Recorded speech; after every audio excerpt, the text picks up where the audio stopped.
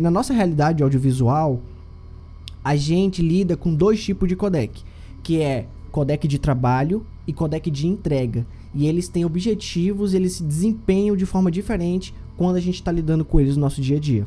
Os codecs de entrega também são os codecs de gravação. Os codecs de gravação são os que estão dentro das nossas câmeras e tudo mais. Atualmente, os principais codecs de entrega são o H264 e o H265, né? O H264 já é um codec de vídeo bem mais antigo e o H265 ele está se popularizando agora e também faz parte de muitas câmeras hoje. Já os codecs de trabalho, a gente está falando de codecs Apple ProRes e os codecs DNX, HR, por aí vai, que é da Avid. Esses codecs, ele tem alguns nomes que acompanham também, que é, por exemplo, 8-bit, 10-bit, 422, 420, 444 e por aí vai. Eu vou focar em 2 coisas que para mim é o mais importante de se lidar quando você está diferenciando o que é codec de trabalho e o que é codec de entrega. A gente conhece como codecs interframe e codecs intraframe. E essa diferença, e você ter o conhecimento dessas diferenças, o que é cada um, é muito importante e pode ajudar demais no teu processo de edição, de colorização, seja o que for aí relacionado à pós-produção.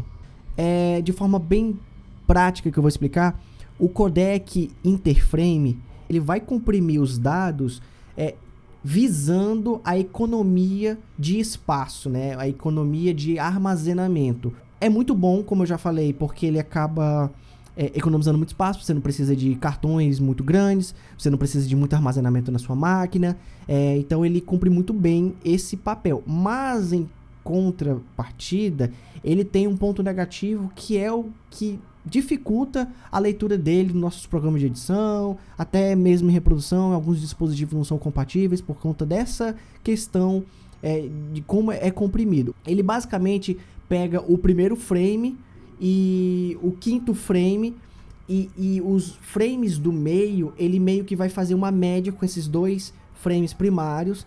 O primeiro frame, ele é o frame bruto, e o quinto frame também é um outro frame bruto. E os frames do meio são os frames que vão sofrer com algum tipo de compressão, né?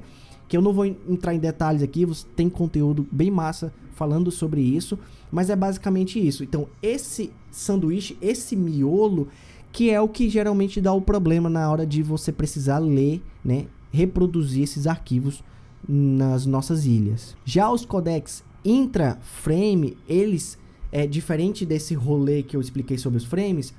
O primeiro frame ele armazena, o segundo frame ele armazena, o terceiro frame ele armazena e assim sucessivamente. Ele não faz essa parada do sanduíche que eu expliquei, que onde os frames do meio de um primeiro frame ao quinto frame, ele vai comprimir.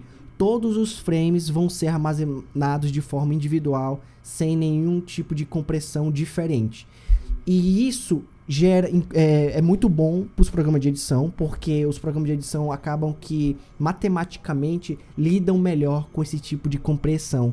Porém, são codecs que acabam ficando, em sua grande maioria, muito grandes. Essa é uma das principais diferenças de codec de trabalho e codec de entrega. Cada um tem os seus prós e contras e cada um ele se aplica a workflows diferentes. Por exemplo, você tem um codec aí que não é compatível com a sua máquina e você está lidando com travamentos, não tá fluido a edição.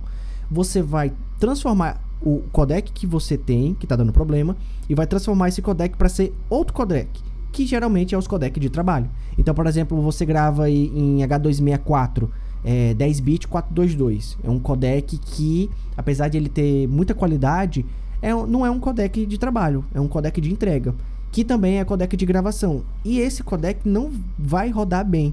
E você vai ter que, no seu programa de edição, tanto o Premiere como o DaVinci já tem inúmeras ferramentas para você transformar esses codecs para um codec de trabalho, que geralmente é um ProRes ou um DNX, HR e tudo mais.